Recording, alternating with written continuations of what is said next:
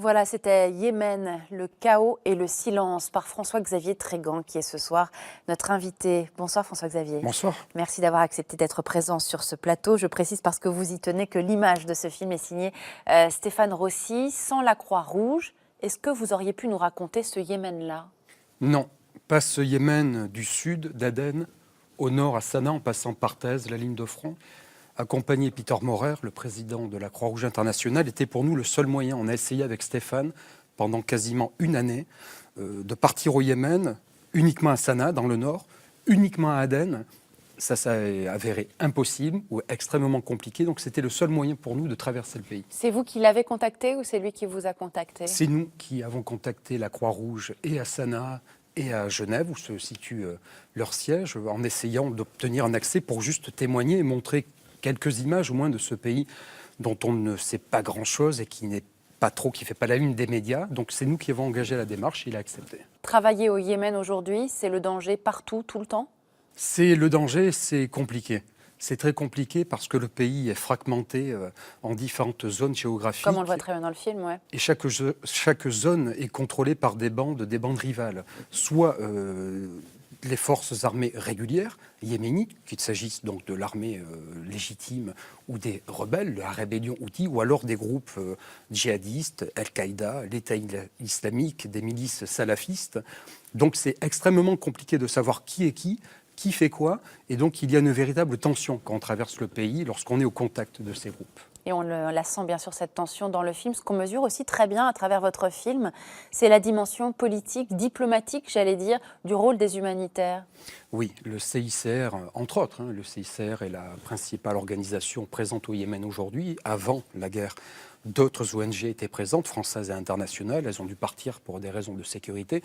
Mais l'organisation non gouvernementale est la seule qui puisse non seulement parler à tous les acteurs et protagonistes du conflit, mais essayer d'aider même un peu les populations civiles qui sont assiégées. Oui, il y a cette scène incroyable, en effet, du président de la Croix-Rouge qui va parler à cette drôle de délégation composée de représentants de Daesh, d'Al-Qaïda, des milices. Il est obligé d'aller parler avec ces gens-là pour espérer faire quelque chose d'un point de vue humanitaire? C'est le seul moyen pour pouvoir agir aujourd'hui au Yémen pour une agence comme le CICR, c'est de parler à tout le monde. De parler à tout le monde parce que le pays, donc de nouveau, ce sont des petits territoires. Cette scène se déroule à Thèse. La ville de Thèse est tenue par un tel, salafiste, Al-Qaïda, État islamique. La province est grignotée par différents groupes. Donc il doit parler à tous les interlocuteurs, qu'ils soient légitimes ou pas. Il n'a pas d'autre choix pour pouvoir intervenir, même à minima. Ce qu'on a vu dans votre film très bien, c'est un pays abandonné, en effet, qui passe sous les radars de la curiosité internationale. Pas de médicaments dans les hôpitaux alors qu'on parle d'1 million de cas potentiels de choléra. Qu'est-ce qui a changé depuis le tournage? Est-ce que la Croix-Rouge peut aider davantage aujourd'hui ce pays et les Yéménites? La Croix-Rouge est présente essentiellement donc dans les hôpitaux pour la fourniture de médicaments, je dirais, de base. Soigner le choléra se résume ou se réduit même à une solution de réhydratation. Ce n'est pas très onéreux, c'est pas très compliqué, mais avec l'embargo en effet et aérien et maritime, plus rien n'arrive, ou quasiment rien n'arrive au Yémen. Donc ils font avec des moyens très limités pour venir en aide à ce pays, à cette population, vous le rappeliez, qui est à genoux après 3 années de conflit. Il est en train de se passer quelque chose. On a quand même le sentiment qu'on parle davantage du Yémen dans les journaux de 20 heures, dans la presse écrite. Ça y est, on s'intéresse à ce pays-là ou c'est toujours un pays prisonnier emmuré? On s'y intéresse un peu plus parce que ce mot chaos est devenu un peu un leitmotiv pour parler du Yémen. 3 ans de guerre, 10 000 morts, des millions de déplacés, 1 million de cas suspectés de choléra, les exilés qui sont des dizaines, voire des centaines de milliers de personnes. Donc tout le monde a l'air de découvrir un peu maintenant, avec presque 3 années de recul, que ce pays, un peu situé nulle part, si je puis dire, dans le sens qu'il est à l'extrémité sud de la péninsule arabique, devrait peut-être tenir une autre place, parce que le chaos est vraiment présent et la souffrance occupe et a une dimension qui est exceptionnelle aujourd'hui. Un pays devenu terrain de jeu ou terrain d'affrontement de la guerre régionale que se livrent l'Iran et l'Arabie saoudite, et donc les sunnites et les chiites. De ce seul fait-là, de cette situation géopolitique-là, qu'est-ce qu'on peut espérer comme solution? Alors, on peut espérer que le Yémen revienne à des débats un peu plus classiques d'avant cette guerre. On peut rappeler que chiites ou sunnites n'ont jamais été des marqueurs au Yémen. Le Yémen s'est toujours tenu très loin des conflits religieux confessionnelle, véritablement. Et aujourd'hui, en effet, ce pays, à l'extrémité sud de la péninsule, ignoré de tous, est devenu un terrain d'affrontement à distance et à moindre coût, il faut le dire, de ces deux grandes puissances. Donc en effet, chiite est devenu un marqueur, sunnite est devenu un marqueur, mais un peu à l'insu des yéménites. Et ces deux grandes puissances profitent et du silence international et de l'absence d'accès ou les difficultés d'accès pour les journalistes pour faire un peu leur propre jeu régional. Le pays est victime du grand jeu régional. Silence international et d'une certaine manière culpabilité occidentale, du moins par exemple de certains pays comme la France qui livre des armes aujourd'hui à l'Arabie Saoudite. Ça commence à exister un petit peu dans les journaux, on en parle de cela. Est-ce qu'à un moment ça peut changer la donne, cette prise de conscience ? Ça pourrait.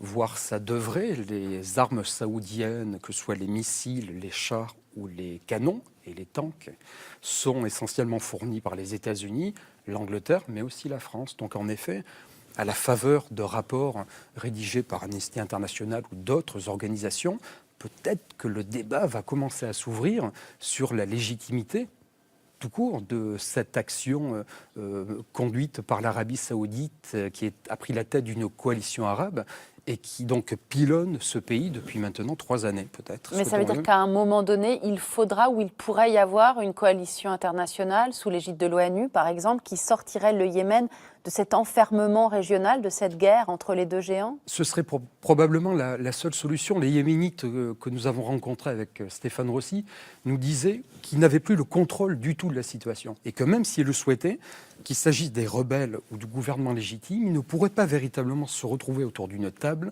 pour engager des pourparlers de paix. Donc oui, la solution viendra très probablement ou devra venir de la communauté internationale. Il y a un livre tout à fait passionnant qu'on peut se procurer aujourd'hui de Laurent Bonnefoy, qui est le grand spécialiste de ce pays, le Yémen, donc on peut le trouver aux éditions Fayard, qui nous rappelle comment le Yémen, pendant des années, a incarné l'Arabie heureuse. Oui, Arabia Felix, c'est le surnom de ce pays.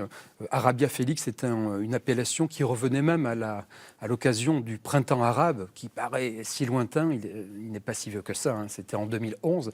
Et on peut rappeler que le Yémen, à cette occasion-là, était érigé, cité en modèle pour les autres pays, pour la révolution en Syrie, en Tunisie, en Libye.